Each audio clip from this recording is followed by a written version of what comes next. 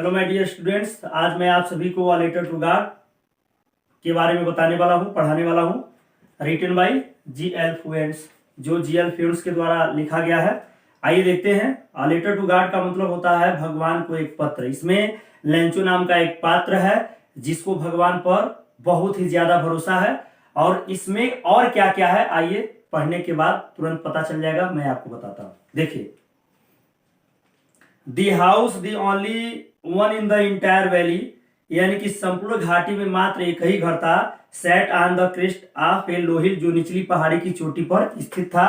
From his height, कह रहा है कि यहां से one could see the river, जो नदी को देख सकता था, and the field of ripe corn, और पके हुए अनाज के खेतों को, डॉटेड विद द फ्लावर, जो फूलों से लदे हुए थे। That always promised a good harvest, वह सदैव एक अच्छा फसल होने की आशा बांधते थे, या फिर ऐसा प्रतीत होता था कि पैदावार बहुत ही लाजवाब होने वाला है। दोस्तों देखिए, द ओनली थिंग, अगर किसी वस्तु की आवश्यकता थी, द अर्थ नीडेड, अगर केवल पृथ्वी को जरूरत थी या किसी वस्तु की आवश्यकता थी, तो was a downpour or at least a shower, या देखिए यहां पर ध्यान दीजिएगा, तेज वर्षा या फिर कम वर्षा की आवश्यकता थी। यानी कि through out the morning Lencho, कह रहा है कि सुबह के दौरान Lencho, who knew his fields intimately, जो अपने खेतों को भली भांति जानता था, हैड डन नथिंग एल्स, उसने कुछ नहीं किया बजाय, but seen the sky towards the north east, यानी कि उत्तर पूर्व की ओर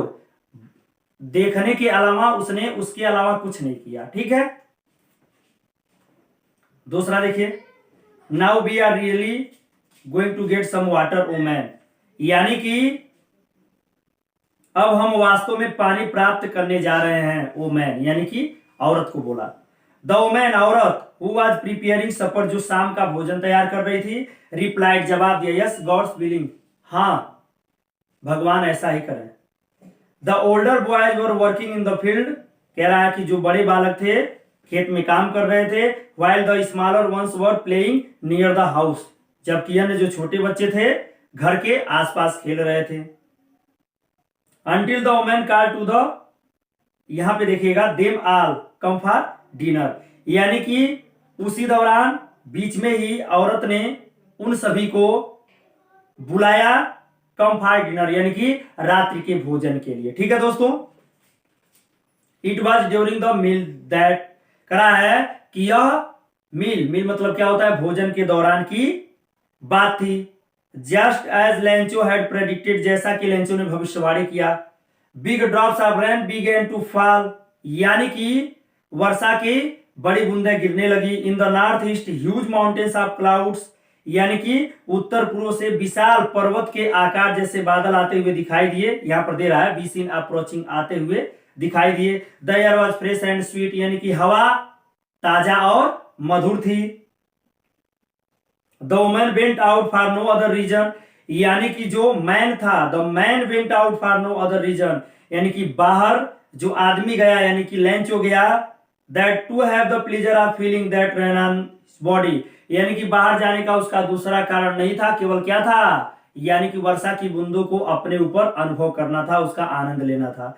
एंड व्हेन ही रिटर्न ही एक्सक्लेमेड, और कह रहा है कि जब वह वापस लौटा तो ही एक्सक्लेमेड, उसने कहा या बोला, क्या बोला भाई, these are not rain drops falling from the sky, आकाश से वर्षा की बूंदें नहीं गिर रही हैं, दे आर न्यू कॉइन्स, ये सब नए सिक्के हैं। The big drops are 10 cent pieces, यानी कि जो बड़े सिक्के हैं वो 10 के हैं, and the little ones are 5, और जो छोटे बूंदे हैं वर्षा की वो क्या है, 5 के सिक्के हैं। ठीक है, यहां पर देखिए, जो बड़ी बूंदा है वर्षा की उसको कह रहा है कि 10 के सिक्के हैं, और जो छोटे हैं उसे क्या, 5 के सिक्के बोल रहा है वो। फिर देखिए चौथा, विथ अ सेटिस्फाइड एक्सप्रेशन, कर रहा है कि संतुष्टि के भाव से ही regarded the field of ripe corn with its flower, ठीक है, वह फूलों से लदे हुए पके हुए खेतों को क्या किया दोस्तों, देखा। ठीक है, फिर क्या हुआ, draped in a curtain of rain, जो वर्षा से ढक चुके थे। But suddenly a strong wind began to blow, करा लेकिन अचानक स्ट्रांग विंड, यानी कि तेज हवा, बिगेन टू ब्लो, बहने लगी, and along with, rain very, यहां देखिए मित्रों, रैन वेरी, यानी कि तेज हवा, बिगेन टू ब्लो, बहने लगी, and along with, rain very, यानी कि तेज हवा, बिगेन टू ब्लो, बहने लगी, and along with, rain very, यहां देखिए मित्रों, ये रहा। हाँ, large hail stones began to fall, और वर्षा के साथ में बड़े बड़े क्या गिरने लगे, हेल स्टोन्स। हेल स्टोन्स का मतलब ओले होता है, जो बर्फ जैसा होता है बिल्कुल सफेद और पत्थर टाइप का होता है दोस्तों, गोल गोल, उसको कहते हैं ओले। ओले गिरने लगे। This truly did resemble new silver coins, करा कि यह निश्चित ही सिल्वर चांदी के सिक्के प्रतीत हो रहे थे। अब यहाँ पर देखिए, the boys exposing themselves to the rain, जो बच्चे थे या लड़के थे, exposing themselves to the rain, वे लोग वर्षा में दौड़े। Ran out to collect the frozen pearls, यानी कि इन मोतियों को इकट्ठा करने के लिए वे लोग दौड़े। It's really getting bad now, कह रहा कि अब निश्चित ही बुरा हो रहा था। क्लेमेड द मैन ने कहा, I hope it pass quickly, मैं आशा करता हूं कि यह जल्द ही गुजर जाएगा। It did not pass quickly, यह जल्द खत्म नहीं हुआ। फॉर एन आवर, कह रहा कि 1 घंटे तक the hail rained on the house, यानी कि जो ओले थे पूरे घर को, द गार्डन बागीचे को, द हिल साइड पहाड़ी की ओर जो साइड है उसको, यानी कि पहाड़ी वाली दिशा को, द कॉर्न फील्ड पके हुए अनाज के खेतों को, ऑन द होल वैली, और संपूर्ण घाटी में क्या हो गया था, रैंड यानी कि बिछ चुका था, फैल चुका था।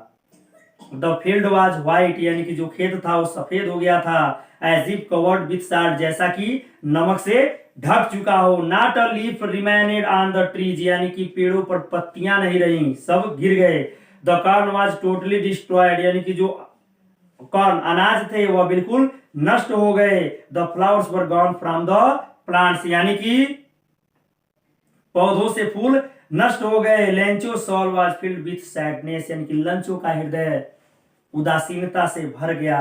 When the storm had passed, जब आंधी गुजर गई।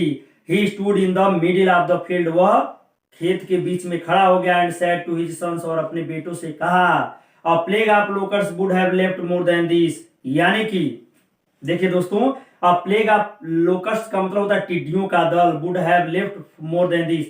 उसने कहा कि अगर टिड्डियों का दल भी नुकसान किया होता तो इससे कहीं अधिक बच गया होता। The hell has left nothing, यानी कि ओले ने हम सभी के लिए कुछ नहीं छोड़ा। This year we will have no corn, इस साल हम कोई भी अनाज नहीं प्राप्त कर सकेंगे। That night was a sorrowful one, करा कि वह रात दुखदायक था, कष्टदायक था। All our work for nothing, पूरी मेहनत हम सभी के लिए कुछ नहीं रहा। There no one who can help us, यहाँ पर कोई नहीं है जो हम लोगों की मदद कर सके।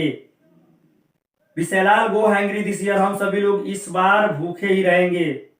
But in the hearts of all who lived in the solitary house in the middle of the valley, कह रहा है लेकिन उन सभी के हृदय में निवास करने वाला मात्र इकलौता जो संपूर्ण घाटी के बीच में रहता था, there was a single hope, मात्र उसी से एक आशा थी, और वो कौन था, हेल्प फ्रॉम गॉड, भगवान से सहायता। डोंट बी सो अपसेट, इतना उदास मत हो, even though this seems like a total loss, no one dies of hunger, ऐसा प्रतीत होता है कि सब कुछ नष्ट हो चुका है, बट याद रखो no one dies of hunger, कोई भूख से नहीं मरता है। दैट्स व्हाट दिस से, जैसा कि कहा गया है, no one dies of hunger, की भूख से कोई नहीं मरता है। ऑल थ्रू द नाइट, कह रहा है कि पूरी रात, Lencho thought only of his one hop, केवल एक ही आशा लिए रखा, द हेल्प ऑफ गॉड, भगवान से सहायता। हु जाए, जिसकी आंखें, क्या दोस्तों, जिसकी आंखें as he had been instructed, उभरी हुई थी, यानी कि निकली हुई थी, उभर गई थी। सी एवरीथिंग, सब कुछ देखती हुई। When what is deep in one's conscience, जो अंतरात्मा या अंतः चेतना में निवास करने वाला था। Lencho was an ox of a man, करा कि लेंचो आदमी के रूप में एक बैल था। Working like an animals in the field, जो जानवरों के जैसे खेतों में काम किया करता था। बट स्टिल ही न्यू, लेकिन वह जानता था, हाउ टू राइट, पत्र कैसे लिखा जाता है या कैसे लिखा जाता है। द फॉलोइंग संडे, अगले रविवार को, एट डे ब्रेक, जैसा कि छुट्टी का दिन था, he began to write letter, वह पत्र लिखने लगा, which he himself would carry to town, वह उसे स्वयं नगर में लेकर जाना चाहिए। And place in the mail, और इसे मेल करना चाहिए।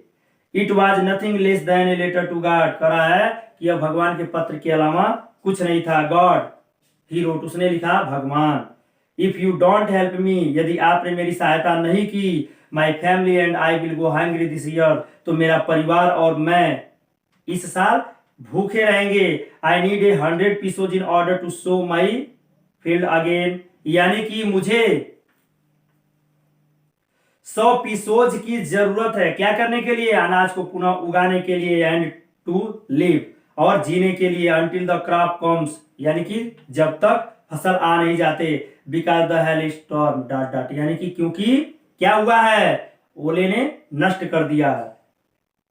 ही रोट, उसने लिखा, to God on the envelope, उसने लिफाफे के ऊपर क्या लिखा, टू गॉड, यानी कि भगवान को, पुट द लेटर इनसाइड, यानी कि पत्र को अंदर डाला, एंड स्टील ट्रबल्ड, और उसे दबाया, वेंट टू टाउन, नगर गया, एट द पोस्ट ऑफिस, यानी कि डाक घर पर, he placed a stamp on the letter, वह क्या किया, पत्र के ऊपर स्टॉम्प, टिकट जो होता है उसको चिपकाया, and dropped into the mailbox, और क्या किया, ड्रॉप कर दिया, कहां पे कर दिया भाई, मेल बॉक्स, यानी कि पत्र पेटिका में जो डाला जाता है। Okay, one of the employees, कह रहा है कि एक कर्मचारी, एम्प्लॉय मींस क्या होता है, कर्मचारी, तो वही हु वाज अ पोस्टमैन, जो एक डाकिया था, and also helped at the post office, जो डाकघर का सहायता भी करता था, यानी कि went to his boss laughing heartily, वह दिल से हंसते हुए अपने बॉस या मतलब उत्तराधिकारी के पास गया। ठीक है दोस्तों, and showed him the letter to God, और इस पत्र को जो भगवान के लिए भेजा गया था को दिखाया,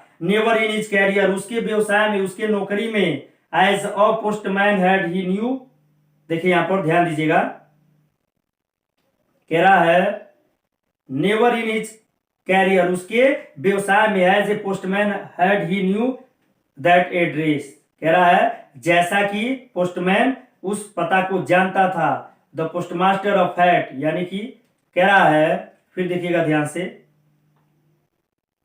had he known that address, कह रहा है कि वह क्या किया, वेंट टू पोस्टमैन, वह डाक या के पास गया, हैड ही न्यू, है न्यू, देखिए एक चीज बता दूं, नो मिस होता है जानना, नो का सेकंड फॉर्म न्यू होता है और थर्ड फॉर्म नोन होता है, जैसा कि वह जानता था, दैट एड्रेस, उस पता को, द पोस्टमास्टर, यानी कि जो डाकपाल था, ऑफ फैट, एक मोटा, एमिएबल फेलो, यानी कि मैत्रीपूर्ण व्यवहार करने वाला, आल्सो ब्रोक आउट लाफिंग, वह भी अपने हंसी को नहीं रोक पाया, हंसने लगा, बट ऑलमोस्ट इमीडिएटली, लेकिन तुरंत ही टर्न्ड सीरियस, वह गंभीर हो गया, and tapping the later on his desk, और क्या किया, डेस्क के ऊपर थपथपाते हुए कमेंटेड, यानी कि टिप्पणी किया, क्या किया दोस्तों, टिप्पणी किया, व्हाट फैट, कितना अटूट विश्वास, आई विश, मैं इच्छा करता हूं, I had the faith of the man, मैं उस आदमी के भरोसे को बनाए रखूंगा, हु रोट दिस लेटर, जिसने इस पत्र को लिखा है, starting of a correspondence with God, यानी कि भगवान के साथ या उनके ऊपर भरोसा को बनाए रखने के लिए। छठा देखिए दोस्तों, सो इसलिए in order to sake the writers, यानी कि लिखने वाले को भरोसा को बनाए रखने के लिए, फैथ इन गॉड, और भरोसा भगवान के ऊपर बना रहे, the postmaster came up with an idea, postmaster के मन में एक विचार आया, आंसर द लेटर, यानी कि पत्र का जवाब देने के लिए, but when he opened it, लेकिन जब वो इसको खोला, इट वाज एविडेंट, तो इसमें स्पष्ट था, दैट टू आंसर, यानी कि उत्तर के लिए, इट ही नीडेड समथिंग, इसके अलावा और भी किसी चीज की जरूरत थी, तो क्या थी, मोर देन गुडविल, यानी कि इच्छा या फिर सद्भावना को बनाए रखने के अलावा भी किसी चीज की जरूरत थी, भाई क्या थी, इंक एंड पेपर, कह रहा है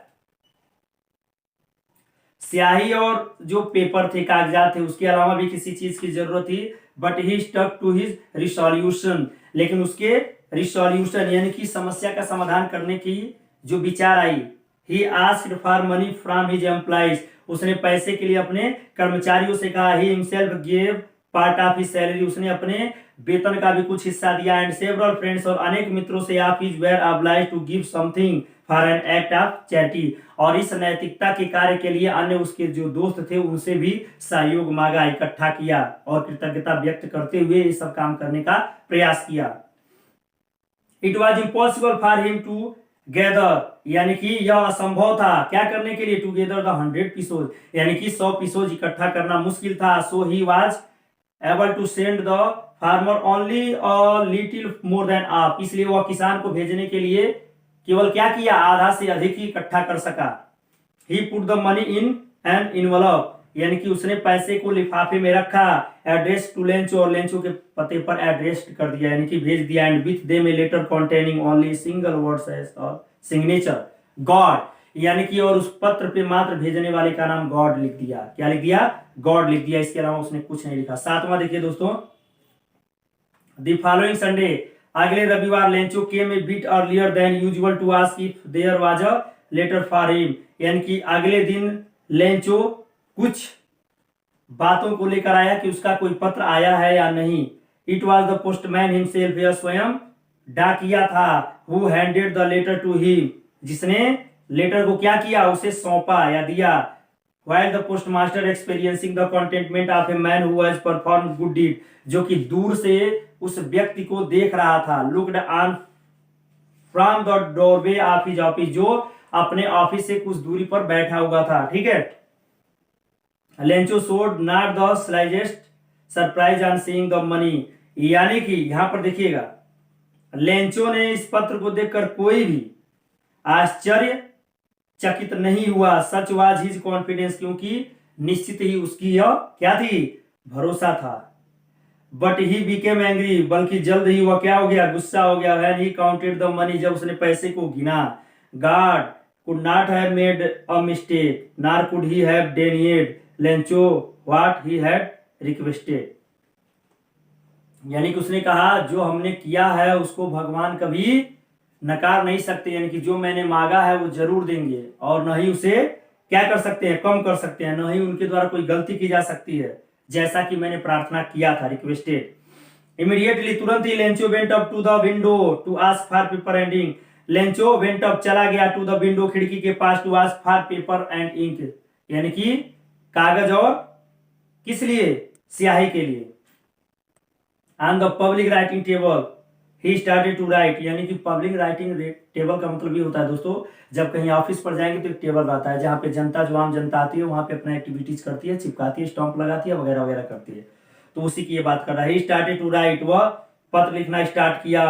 with much wrinkling of his bro, उसके जो आईब्रो थे, ये इसे बोलते हैं, ऐसे गुस्सा आता है किसी को ऐसे सिकुड़ता हुआ देखते होंगे दोस्तों, तो उस तरीके की उसकी आईब्रो हो रही थी। Caused by the effort he had to make to express his idea, जैसा कि कोई अपना विचार बना रहा हो, उस पर जोर दे रहा हो, दबाव डाल रहा हो, इस प्रकार का, ठीक है। When he finished, जब वह समाप्त किया, he went to the window, वह खिड़की के पास गया, to buy a stamp, यानी कि स्टैम्प खरीदने के लिए, which he licked, तब वह चाटा, and then affixed to the envelope, और उसे लिफाफे के ऊपर चिपका दिया, with a blow of his fist, और अपनी मुट्ठी से क्या किया? दबा दिया। ओके दोस्तों, The moment that the letter fell into the mailbox, कह रहा है, the postmaster went to open it, it said, यानी कि the moment that the letter fell into the mailbox, यानी कि जब वह पत्र पेटिका में डालता है, the postmaster went to open it, तो क्या करता है? जो पोस्टमास्टर का मतलब होता है मित्रों डाकपाल, यानी कि पोस्टमैन मिस डाकिया, पोस्टमास्टर मिस डाकपाल, इसे खोलने के लिए लेकर चला जाता है। इट सेड, और इसमें कहा गया, गॉड परमेश्वर, आप the money that I asked for, जितने पैसे के लिए मैंने आपसे कहा था, ओनली 70 पीसोज रीच्ड मी, केवल मेरे पास 70 पीसोज ही पहुंचे। सेंड मी द रेस्ट, यानी कि शेष जो धन है उसे आप भेजें। Since I need it very much, मुझे इसकी बहुत ही जरूरत है। But don't send it to me, लेकिन इसे मेल के द्वारा मेरे पास मत भेजें। Because the post office employees are a bunch of crooks, क्योंकि जो पोस्ट ऑफिस के कर्मचारी हैं, डाकघर के कर्मचारी हैं, वे टोटल क्या हैं? बेईमान हैं। आपका अपना लेंचो, यानी कि यहीं पे कहानी खत्म होती है दोस्तों। मैं अगला भी पढ़ाऊंगा द गंगा, जो बहुत ही लाजवाब और इंटरेस्टिंग चैप्टर है, जो पंडित जवाहरलाल नेहरू जी के द्वारा लिखित है। तो मैं आप सभी को इतना ही कहूंगा कि थोड़ा समय कम लगे, इसलिए मैं गतिशीलता के रुझान पर था, यानी कि मैं गतिशीलता के साथ उसको स्टडी कर रहा था, पढ़ रहा था। फिर भी मुझे उम्मीद है कि आप समझ सकेंगे, और बाकी तो आप एक्सपीरियंस आपके अंदर आया ही है, तो मुझे उम्मीद है आप सभी को समझ में आया होगा। तो दोस्तों मिलते हैं अगले वीडियो में, तब तक के लिए जय हिंद, जय भारत।